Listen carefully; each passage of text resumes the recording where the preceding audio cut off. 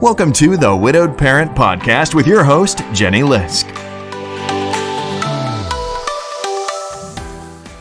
Hey everyone, it's Jenny Lythcott, and this is episode 62 of the Widowed Parent Podcast. So thank you for joining me today for another pandemic special episode. You may have heard me say that I'm doing a series of shorter episodes on parenting and grief and related topics that are coming up, specifically related to this coronavirus pandemic that we are all experiencing right now. So big thanks to today's guest, Julie Lythcott-Haims, who jumped on a call with me just yesterday to record this discussion. We talked about some of the issues that are coming up right now for people who are parents who have older teens and young adults in their families. Julie's the New York Times bestselling author of How to Raise an Adult, and she's got her own kids in this age group, so I knew she'd be just the perfect person to talk to. We talked about how we navigate our way around social distancing. We talked about parents being role models. We talked about thoughts, her thoughts around kids who are seniors in high school or seniors in college who may be have lost everything they were expecting, feeling like the rug was pulled out from under them right now as they should be graduating and heading on to their next steps. So we talked a little bit about that, and also her thoughts for students or parents who are worried about kids getting quote-unquote off track because of all of this chaos and crisis. So terrific discussion. This one is not necessarily specific to widowed parents. It's really broadly applicable to all parents, so I hope you will share it with your other parent friends. And I hope you enjoy my discussion with Julie Lythcott-Haims. My guest today is Julie Lythcott-Haims. Julie is the New York Times bestselling author of How to Raise an Adult, which is an anti-helicopter parenting manifesto. And she gave a terrific TED Talk on this topic, which now has over 4 million views, and which I will link in the show notes here for when you have a chance to watch that. Her second book is a memoir called Real American, which illustrates her experience with racism and her journey towards self-acceptance. And her third book, which is called How to Be an Adult, and is for young adults, is forthcoming. She is a former corporate lawyer and former dean of freshmen at Stanford, and she's joining us today from her home in the San Francisco Bay Area. So, Julie, welcome to the show. Johnny, thank you so much for having me. I'm honored to get to be a part of this podcast. Oh, thank you. Thank you. And thanks for joining me, for this special discussion here on short notice. And hopefully I'll keep my fingers crossed that all of our Zoom connections stay up. I did one of these the other day, and we had several Zoom crashes with everybody and their cousin on Zoom right now. Yeah. But to have this discussion about parenting in this time of global pandemic, and specifically for this discussion, I wanted to tee up the topic of parenting when you have older teens and college students, young adults, kind of that age group, since I know that's, you write and speak a lot about that, and also your personal experience right now, I think, is in that age group as well. That's right. Yeah, for sure. And I should say, as we're recording this, it is March 24th. That feels important to say because things are changing so fast. I want to just kind of put a pin in that so we know when we're talking here. In case everything is different a week from now, we say that here. Really so why don't we... Before we go into please. Pandemic, can I just say one thing about your podcast?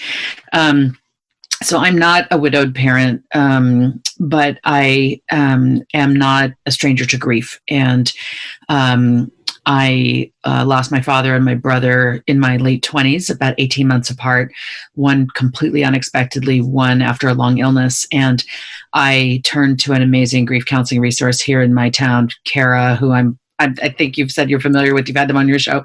Yes. And they were really a lifeline for me. So I'm just super honored, frankly, that you've invited me to be with your community today, because grief is raw and in language. It's a different way of being in the world, parallel to the rest of the world continuing on. And I just feel honored that you've invited me in. And I hope that I'm able to offer something that feels to be of use to your listeners. And I just kind of am coming with a profound respect for how grief can really inhabit one's mind and heart and life and rhythms for quite some time. And so I just wanted to it's kind of like a big virtual hug or just profound respect for you and your listeners. This resource you're offering is obviously terrific and essential and probably a lifeline for more than you know. So I'm glad to be part of it for 15 minutes. Thank you. And thank you for saying that. And you wrote a terrific piece as well for, I believe it was for option B, right? Yeah, it was. Mm-hmm. Okay, good. Well, I'll make sure to get the link to that in the show notes too. And maybe we can explore that a little more at a later time when things don't feel quite so crazy with the pandemic. I'd love to Sounds good. Have you back and talk about that and about how to raise an adult as well, because I think that your writing on this topic is so important to all of us who are parents. So while it's out of scope for today, I don't want to forget that for sure. Yeah, cool. Good. Okay, great. So why don't we jump in on the pandemic piece here? And I also want to say before I forget, you marshaled some people, different experts about a week ago, parenting experts, mental health experts. I think a doctor was involved, kind of a webinar panel discussion on this. And I'm going to put a link in the show notes to that because I think there was really, really great information shared in that webinar. Yeah, I appreciate your mentioning it and linking to it. To your point about wanting to make sure your listeners know that you and I are having this conversation on March 24th, given how rapidly things can change in this new climate. I'll just point out that, that webinar that we recorded was March 15th, which was only 9 days ago, but really an eon ago in terms of our awareness as a community, as in America, about this virus. And I had been talking with a fellow author who's quite good at putting her content online, which I really have very little experience with. So she was giving me a tutorial on how to do that because I'm watching all my speaking engagements just get canceled, obviously, and that's a lot of my revenue. So I was wanting to get advice on how to monetize things online. So we had this amazingly inspiring, empowering conversation on the morning of Sunday, March 15th. And by 2:30 p.m., I think, I was now running a webinar with 5 other speakers and authors and experts, and that has been shared a lot and that people are finding useful. It's an hour and a half worth of content. Karen Natterson, who's a pediatrician, Lori Gottlieb, who's got like the New York Times #1 best-selling book, Maybe You Should Talk to Someone, and a couple of other people. And it was one of those things like, it doesn't have to be perfect. What really matters is that people get quality information that they can count on today. And it was when people were still asking, can we have play dates? Can we have sleepovers? Really trying to interpret these shelter in place orders and interpret the mandate to social distance ourselves. So I'm glad you found that valuable. I enjoyed doing it myself. Yeah. Oh, good.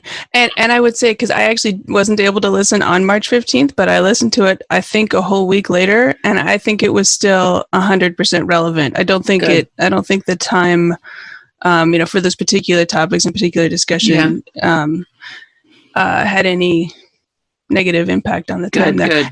Good. Also, I would say, actually, you're in California and I'm in Seattle, and we're both now all over this shelter in place stuff. But I think depending on where people are, they may not quite, some people aren't under stay-at-home orders and things, and I think some of that, might still be relevant there too. Yeah, I think our urgency in doing it on the 15th was for communities like mine and yours. You all were, really hit hard right away, and we were just super clear that let's do what we can today, knowing that every day the sooner a person can get informed and practice accordingly, the safer they will be, the safer their family will be, the safer their whole community and our nation will be. Yeah, for sure. Yeah. Okay. So let's jump into some of these questions here. And at first I was thinking about, as we're talking with, speaking of social distancing and figuring out how we're going to do this, talk a little bit about the role of empathy and problem solving with our teens and our young adults, as opposed to maybe like laying down the law. Can you your thoughts on that piece? Yeah. So I have a lot of empathy for this age group, particularly 18 to 22. I was a dean at Stanford for some years. And so 18 to 22-year-olds are kind of my jam. And my next book, as you've mentioned, is directed at them. It's all about adulting. And unlike with an 8-year-old or a 12-year-old, your older teen, your college student, your young adult is really someone who deserves to be treated as the adult they are in process of becoming. And you're still the parent, you're still the one paying the rent or the mortgage, you're still the one with ultimate responsibility for the household, but they are at an age where they're really capable of understanding what's going on and are capable of offering good thoughts and advice and suggestions about how we as a family unit might proceed with whatever it is we're trying to figure out. So, but let me set that piece to the side. Empathy for their particular situation is, I think, as is the case, frankly, for any human. If you're wanting to get any human to take an interest in your concerns, sit down with you and discuss a problem, develop a new set of rules, the first thing you got to do is empathize with them. Where are they in that moment? And for this age group, they've literally had, I'm one of those people who uses the word literally when I shouldn't. They have figuratively had the rug pulled out from under them. In many communities, we behave as if college is the be-all and end-all purpose of childhood. Do all of these things to get into the right college.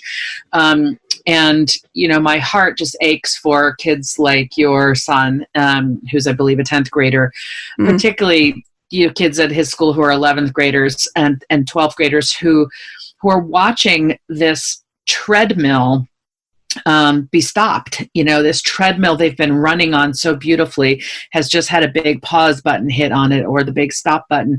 And they're worried. Everything we've said matters. Everything that has been their goal is now on hold or paused or taken away. And they're grieving. They're going through their own processing of a loss with a lot of uncertainty about what's coming next. It's a very ambiguous loss. It's not clear like death is. It is ambiguous. Is my school canceled? What does that mean? Is it really canceled? Is it postponed? Is it virtual? For how long? Is it just through the end of this semester? Is everything going to be okay as of summer? Is everything going to be okay in the fall? There's certainty within a cloud of uncertainty, and they need us to empathize with them. I see people online critiquing high school and college students for saying, but I want my graduation. This isn't fair. And my response is, come on, let's bring empathy for these kids. We are the ones responsible for making them feel that school is the only thing that matters.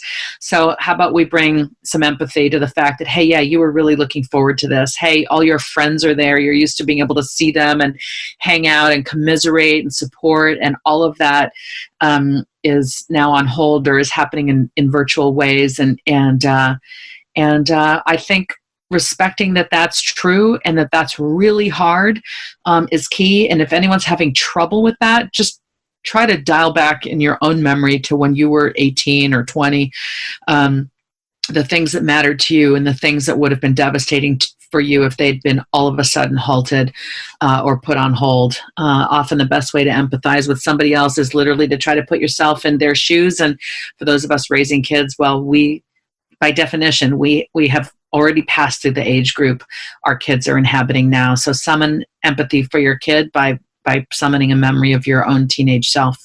Okay. It's interesting as you say that. It reminds me a lot of what I hear about, if kids or people are grieving a death or loss, not trying to talk them out of what they're feeling, not trying to tell them somehow, at least something, or but that same idea that we hear in the grief world so much of validating their feeling, validating their loss, and that it's okay to say, yeah, this sucks. Yep. And that very much applies here. I think I hear you saying to those, let's say, seniors in high school, seniors in college who are having losses around how they were expecting to wind up their high school or college careers. Yeah, absolutely.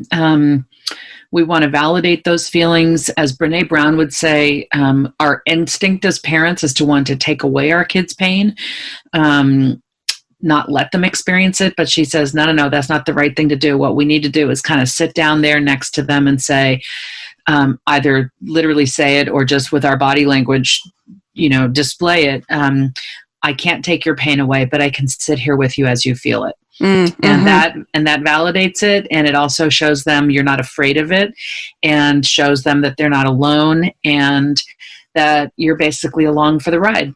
Mm-hmm. Yeah. Okay. Terrific. And so back to the social distancing piece for a minute. If you've got an 18-year-old or 20-year-old who's home from college or wherever they are, and they're pushing back on the social distancing, or they're wanting to see their friends, and maybe you're not in a state where the governor has mandated that you stay home.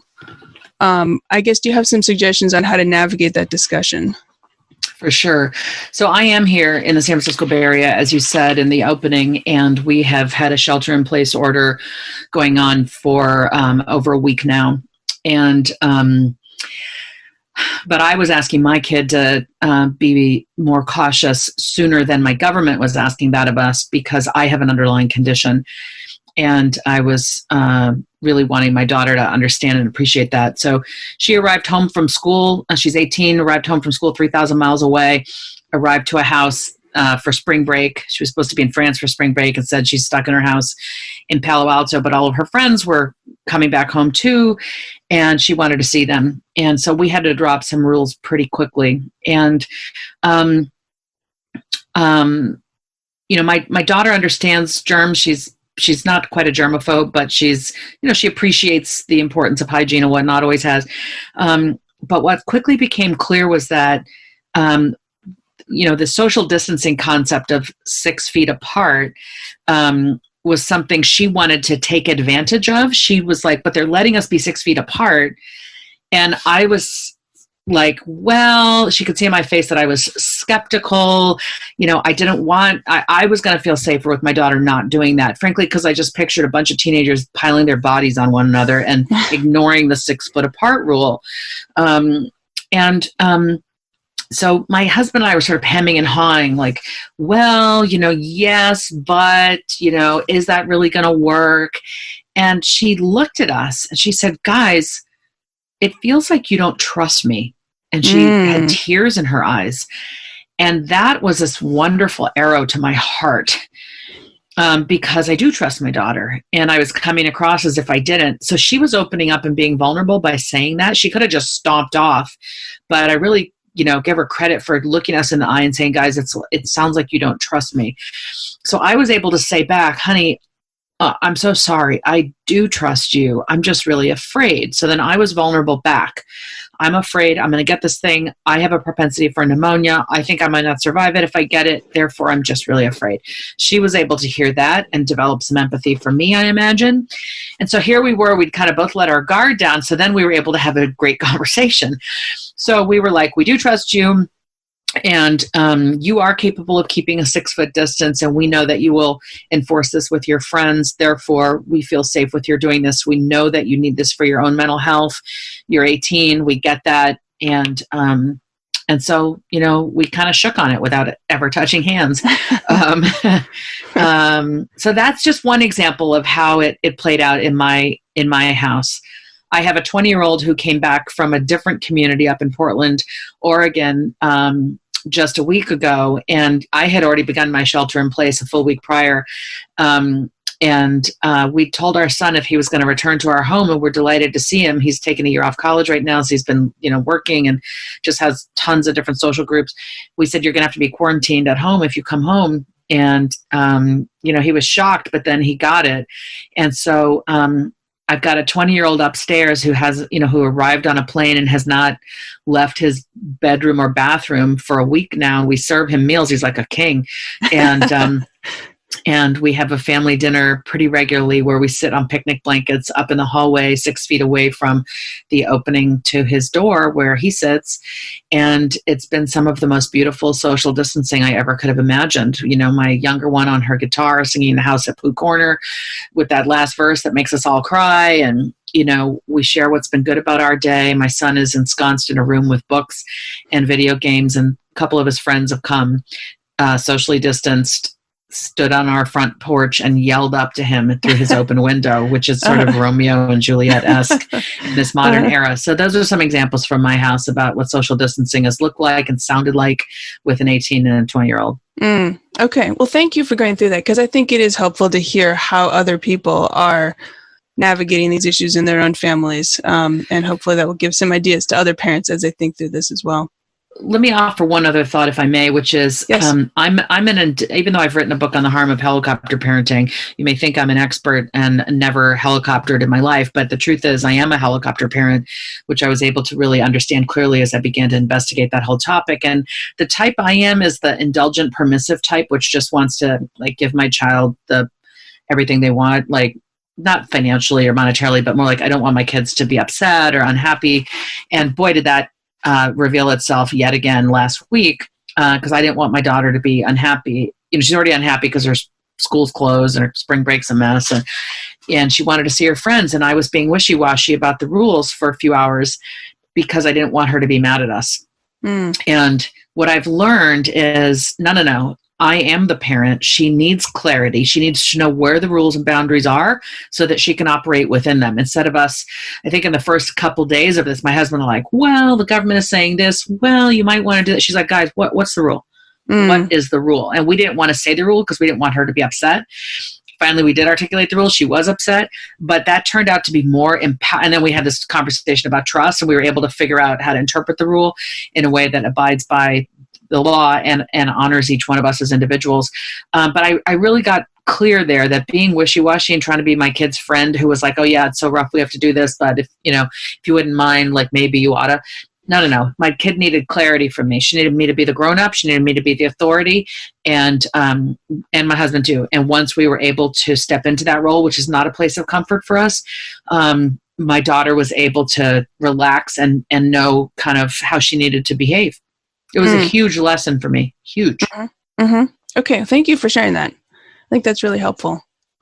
I don't know if it's still a topic right now. Maybe but this question of if my kids, my college students, my young adults are away, should I or should I not bring them home if they're out of state or something? Do you think that's here on March 24th? Is that still a topic that we should talk about, or is that kind of past now? I don't know. So let's just talk about it in case there are some who are contemplating it. Okay. I think it totally depends on what kind of college environment they're in. A college that was highly residential I'm sure 99% of them have shut and sent people home by now. But if it's not a residential college situation, I don't know. So here's the thing. We should all be really clear by now, as of now, what our germ circle is. That's not a technical term, I don't think. It might be, but it's a term we use, which is basically who are the people with whom you have been sharing germs. If you live in a house with people, it's those people. If you're in a workplace that's still gathering, it's also those people. If you're in some kind of other pod of people doing something still where you're meeting in person, they're part of your germ circle too. And there's just a wonderful analogy here to safe sex, frankly, which is everyone you're, engaged with. If you're engaging with a person in some kind of capacity, you're engaging with all the people they've engaged with. Okay. So we want to be shrinking our germ circle right now, because the more people we are exposed to, the more we are at risk. And the more people we are putting at risk. Unless and until you don't have it, and every single person in your germ circle either doesn't have it or has had it and has recovered, you are basically in danger. And if you don't know your own status, you're putting other people at risk. So if you've got a kid who is at a school elsewhere and they are not living in your home already, frankly, I think it's best for them to shelter in place where they are. As long as they're in a place where they can procure, make food for themselves. If they're living in a house with other 20-somethings, I would leave them there for now. I would leave them there. I think they're practicing adulting, which is awesome. And they've got their germ circle and they know where to find food and all of that.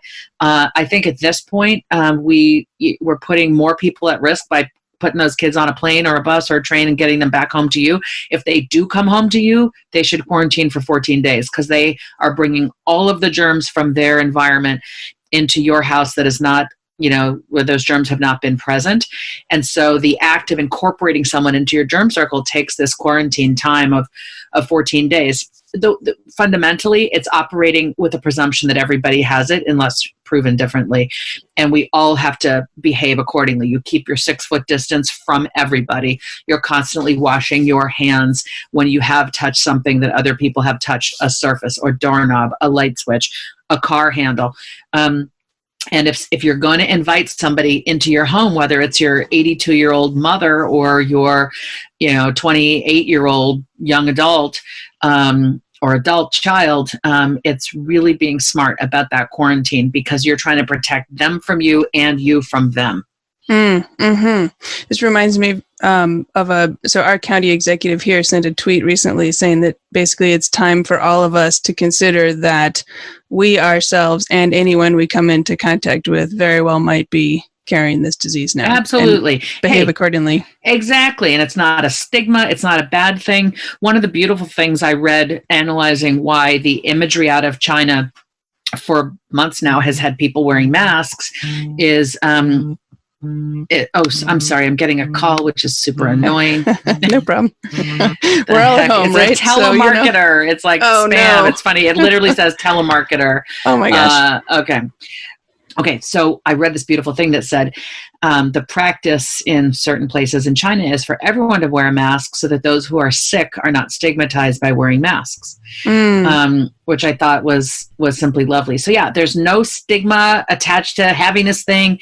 Let's assume we all have it. It's not a bad thing. It allows us to practice our safe behaviors, which will in turn create a greater likelihood that we are all safer sooner, that we flatten the curve, which is basically try not to let everyone actually get it all at once. Let's not let everyone get it all at once. Let's have these infections happen slowly so that the healthcare system can respond to each one of us and give us the care that we would want to have available to us if we do have an infection that turns out to be worthy of hospitalization.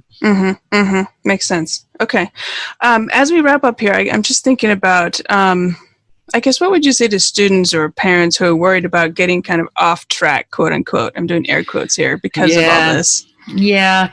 Well, Jenny, when you and I have our bigger conversation about how to raise an adult, you'll hear me say that I think the concept of on track is just BS to start with. I think I love the fact that we are all having to hit pause, that all of the quote unquote enrichment activities that have filled our children's childhoods from the minute they're done with school to dinner time, or even skipping dinner to do the enrichment, and they're not getting enough sleep. I'm so glad that we've hit a pause on so many of those things.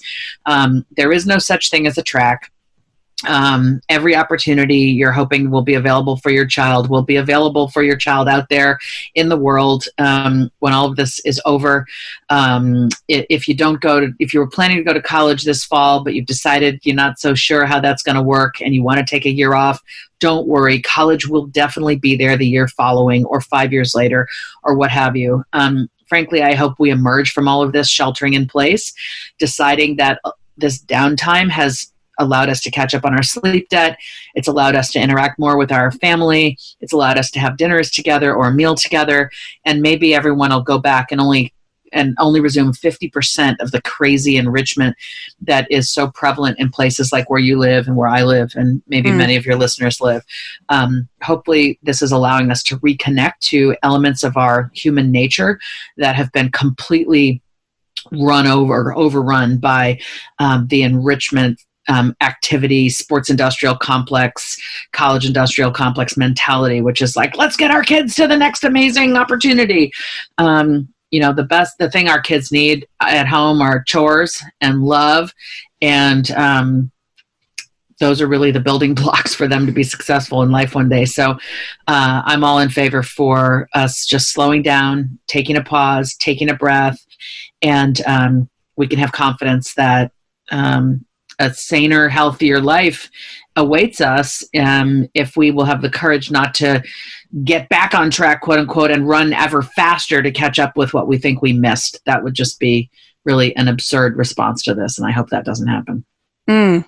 Okay, I think that actually is a perfect place to end. Cool. So my guest today is Julie Lythcott-Haims, former Dean of Freshmen at Stanford and author of New York Times bestseller, How to Raise an Adult. So Julie, where can listeners find you and find your books if they'd like to learn more about your work? Awesome. Thanks. Yeah, my website's probably the catch-all, julielythcott-haims.com without the hyphen. julielythcott-haims.com, that's where you can sign up for my newsletter, which hopefully has interesting info you might find relevant. My social media handles are on there. If you want to go direct to social, it's all J. Lythcott-Haims, whether it's Insta, Twitter, or Facebook. And my books are available wherever books are sold. Okay, terrific. And actually, speaking of your email, I think this week's email was top 10 tips for, what was it? Staying sane, or can you tell us what it was? Yeah, 10 tips for sheltering in place without losing your mind. Yes. Okay. Yes. Good. Well, I'd encourage everyone to go and get on your list then and Awesome. Take a look at that and everything else Thank you got. All right. Well, Julie, thank you so much for speaking with me today. Yeah, thanks for having me, Jenny, and wish you and your listeners all the best. I hope you enjoyed my interview with Julie Lythcott-Haims as much as I did. You can find show notes and all the links at widowedparentpodcast.com. Look for episode 62. And also, I hope you caught this week's regular episode with Lindsay Joy Taylor. Lindsay lost her mom when she was just a baby, and we talked about her reflections and her journey, her experience with complex PTSD, and her experience growing up and becoming, in her words, an easy baby and an easy kid, and people not necessarily recognizing how much she was struggling because of that. It was such a privilege to talk with her and hear her reflections and get a window into her journey. And as I've said before, I really think it helps those of us who are widowed parents who have lost a spouse, but have a different experience than our kids have. They've lost a parent. And so I do think that talking with people who have been on that journey can help us get some insights into what our kids may be going through and what may come up for them. So please do check out my interview with Lindsay Joy Taylor in episode 61. And coming up over the next week, I do expect to be sharing more pandemic special episodes on different topics, different aspects of this. Right now, I have no idea what the next one's going to be. As things come up, as ideas and resources come up, and as I can line guests up, I'll share them out just as fast as I can do that. So please stay tuned for more on that. And in the meantime, do take a look at my Pinterest page where I'm putting together a board with resources and ideas and articles. I've tried to break it up into different categories. Tips and events, virtual events coming up that might be of interest. So please do check that out. My Pinterest board and actually all my social media accounts are at LyskJenny, all one word, LyskJenny. So that is all for today. I hope you enjoyed this discussion, and please do share it with your parenting friends that you think might also be interested. All right, hey, thank you for listening, and until next time, keep smiling. Thank you for listening to the Widowed Parent Podcast with your host, Jenny Lysk. Connect with us on social media and at widowedparentpodcast.com.